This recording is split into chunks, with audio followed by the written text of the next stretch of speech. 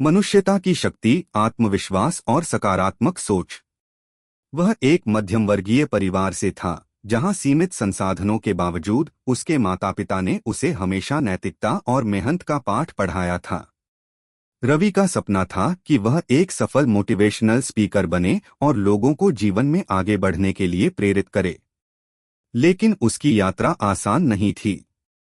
रवि जब स्कूल में था, तब वह बहुत शर्मीला और आत्मविश्वास की कमी से जूझता था।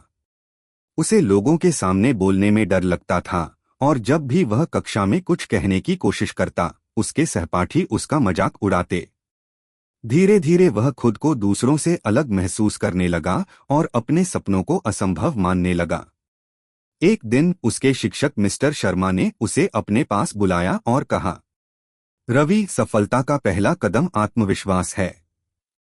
अगर तुम खुद पर भरोसा नहीं करोगे तो दुनिया भी तुम पर भरोसा नहीं करेगी। उनकी यह बात रवि के दिल में गहरी उतर गई। उसने सोचा कि अगर वह खुद को नहीं बदलता तो उसका सपना कभी पूरा नहीं हो पाएगा। रवि ने धीरे धीरे खुद को बदलने का फैसला किया। उसने रोज सुबह शीशे के सामने खड़े होकर खुद से सकारात्मक बातें करनी शुरू की। मैं कर सकता हूँ, मैं आत्मविश्वासी हूँ, मैं लोगों को प्रेरित कर सकता हूँ। पहले तो यह अजीब लगा, लेकिन धीरे धीरे उसकी सोच में बदलाव आने लगा।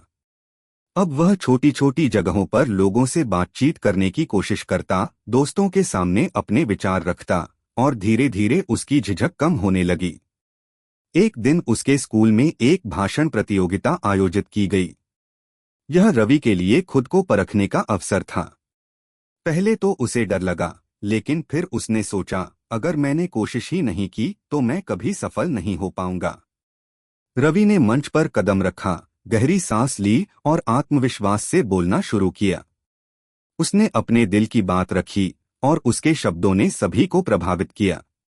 जब उसका भाषण खत्म हुआ तो पूरा हॉल तालियों की गड़गड़ाहट से गूंज उठा। यह रवि की जिंदगी का सबसे बड़ा मोड़ था।